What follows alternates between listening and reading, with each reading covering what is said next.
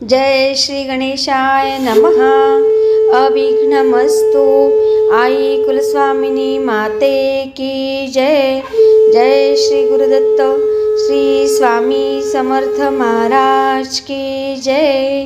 निशंक होई रे मना, निर्भय होई रे मना.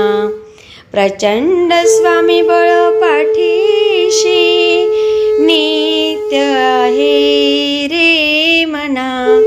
नित्य आहे रे मना. श्री स्वामी समर्थ महाराज. आजपासून श्रीपाद श्री वल्लभ चरित्रामृत याचे आपण पारायण सुरू करत आहोत. त्याचे मूळ ग्रंथरचयिता आहेत श्री शंकर भट. श्रीपाद श्री वल्लभांचे त्या काळातले ते समकालीन.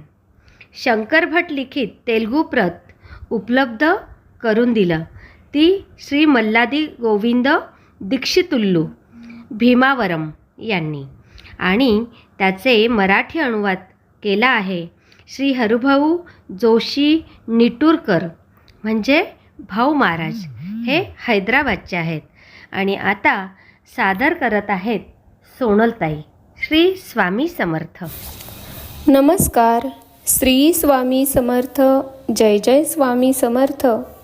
अवधूत चिंतन श्री गुरुदेव दत्त. श्रीपाद श्री वल्लभ चरित्रामृत अध्याय 33. श्रीपाद राजम शरणम प्रपद्ये. रमणी आणि नरसिंहरायडू यांचा विवाह श्रीपादांनी स्वतःच करविला. आम्ही दोघांनी श्रीपाद प्रभूंची आज्ञा घेतली. ते म्हणाले, बाबांनो, तुम्ही येथून निघून श्री पीठिकापुरास जावे. माझे मंगल आशीर्वाद तुमच्या पाठीशी आहेत. श्री महागुरूंची आज्ञा शिरसावंद्य मानून आम्ही दोघे कृष्णा नदी पार करून पलीकडील तीरावर पोहोचलो. तेथे एका दगडावर श्रीपादांची पादमुद्रा पाहिली. नित्य श्रीपाद प्रभू त्याच दगडावर उभे राहून सूर्यनमस्कार घालीत असत. श्रीचरणांची चरणकमले तेथे पाहून आम्हास आश्चर्य वाटले आणि अत्यानंद झाला. आम्ही पंचदेव पहाड या ग्रामास पोहोचलो. तेथे अल्पोपहार करून पुढच्या प्रवासास प्रारंभ केला. एका ज्वारीच्या शेतातील पायवाटेने चालत असताना त्या शेताच्या मालकाने आमचे स्वागत केले. खाण्यास मधुर फळे आणि गोड ताक दिले. त्याचे नाव नरसिंहरायडू असे होते. त्याने स्वतःचे घर शेतामध्येच बांधले होते व तो तेथेच राहत असे. एक दिवस त्याच्या घरी विश्रांती घेऊन त्यांचे आदरातिथ्य स्वीकारावे अशी इच्छा त्याने व्यक्त केली. आम्ही त्याच्या विनंतीस मान देऊन एक दिवस तेथे राहिलो. त्याने श्रीचरणांचे लीलावैभव सांगण्यास सुरुवात केली. बाबांनो, माझे नाव नरसिंहरायडू आहे. मी लहानपणी अत्यंत दुर्बल आणि भित्रा होतो. माझे मातापिता मी लहान असतानाच दिवंगत झाले. मी माझ्या मामाच्या छत्रछायेत वाढलो. माझी मामी फारच तापट स्वभावाची होती. घरात भरपूर काम करावे लागे. शिवाय शेतातील कामे पण करावी लागत.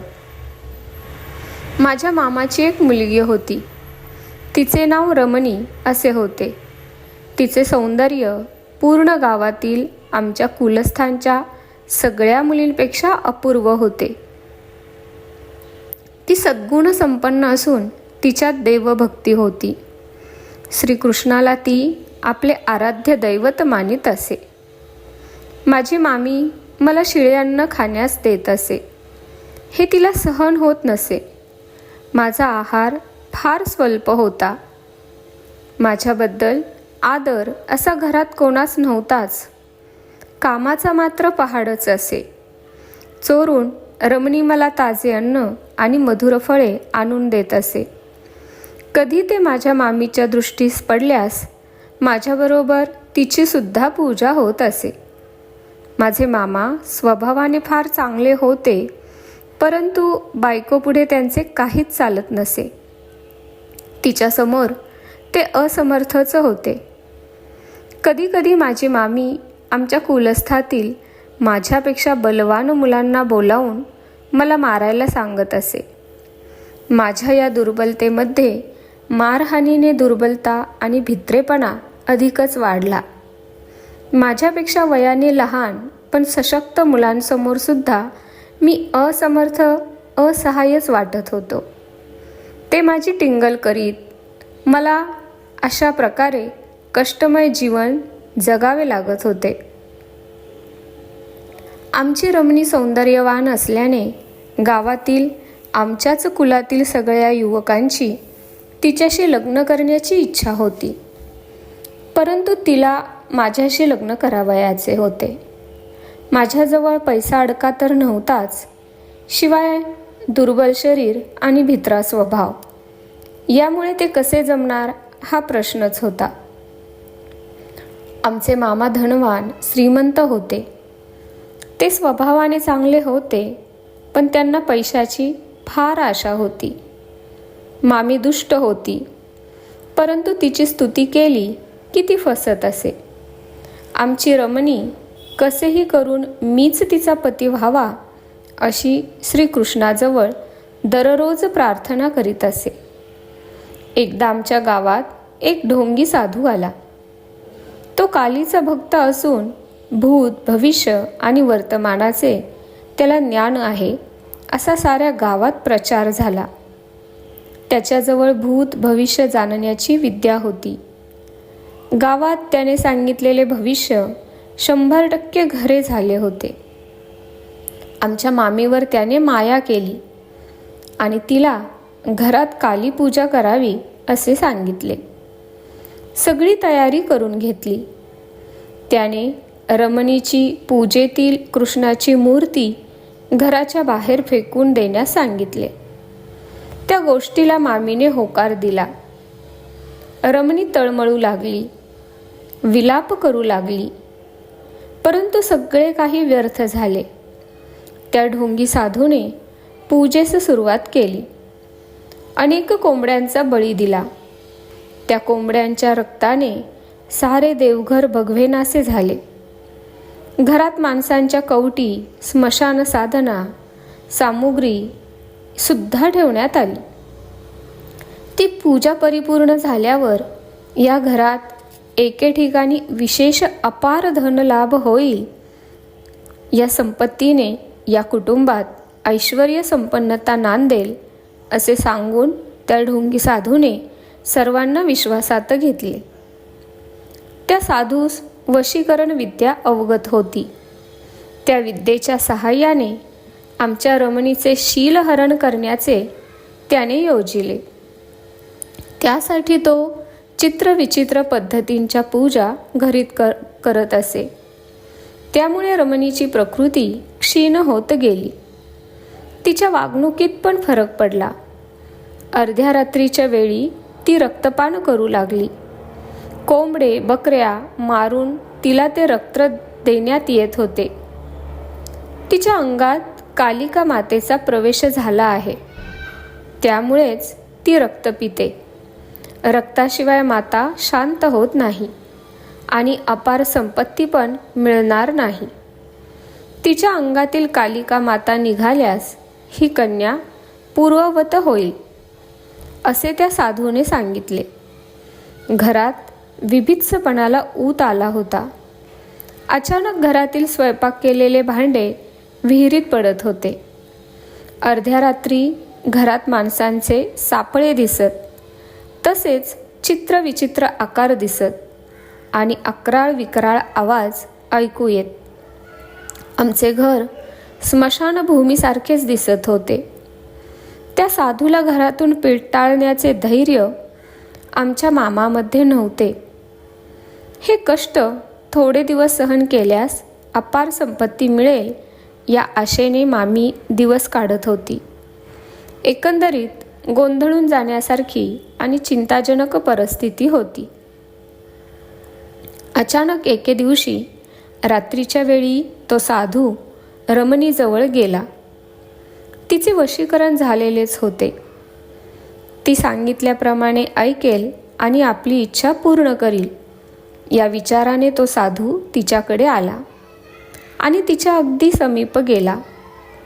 रमणी जोरात ओरडली आणि जवळ असलेल्या एक वजनदार वस्तूने तिने त्या ढोंगी साधूच्या डोक्यावर प्रहार केला. ती असे वर्तन करील असे तिला सुद्धा वाटले नव्हते. वशीकरण केल्यावर सुद्धा व्यक्ती अशा प्रकारे प्रवर्तन कसे करते याचा साधूला उलगडा झाला नाही. श्रीपादांचे आर्त त्राण परायण तत्व. दुसरे दिवशी सकाळी एक गरीब ब्राह्मण याचक आमच्या दारासमोर भिक्षेस आला. आमच्या घरी भूत प्रेतांचे जास्त वास्तव्य आहे. हवे असले तर आपण त्यांना भिक्षारूपाने घ्या असे रमणी त्या ब्राह्मणाला म्हणाली. त्याला त्याने नकार दिला. त्या ब्राह्मणाचे मुखारविंद अत्यंत शांत आणि उज्ज्वल होते. आमचे मामा बाहेर आले आणि म्हणाले, आमच्या घरची परिस्थिती अत्यंत चिंताजनक आहे. त्या परिस्थितीच्या कारक दुष्ट शक्तीचा आपण दान म्हणून स्वीकार करावा. तेवढ्यातच मामी पण बाहेर आली आणि म्हणाली, आमच्या घरात तुम्हाला देण्यास काही नाही. आमच्या घरचे दारिद्र्य आपण भिक्षा म्हणून स्वीकारावे. त्यावेळेस मी पण तेथेच होतो.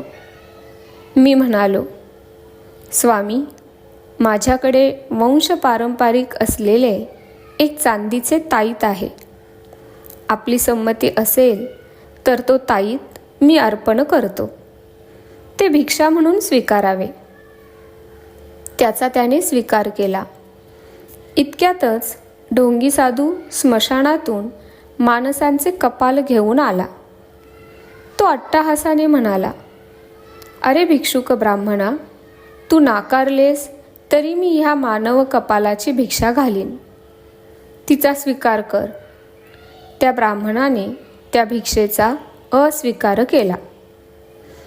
तितक्यात आमच्या घरात एक दिव्य प्रकाश दिसला आणि तो भिक्षेस आलेला ब्राह्मण अदृश्य झाला.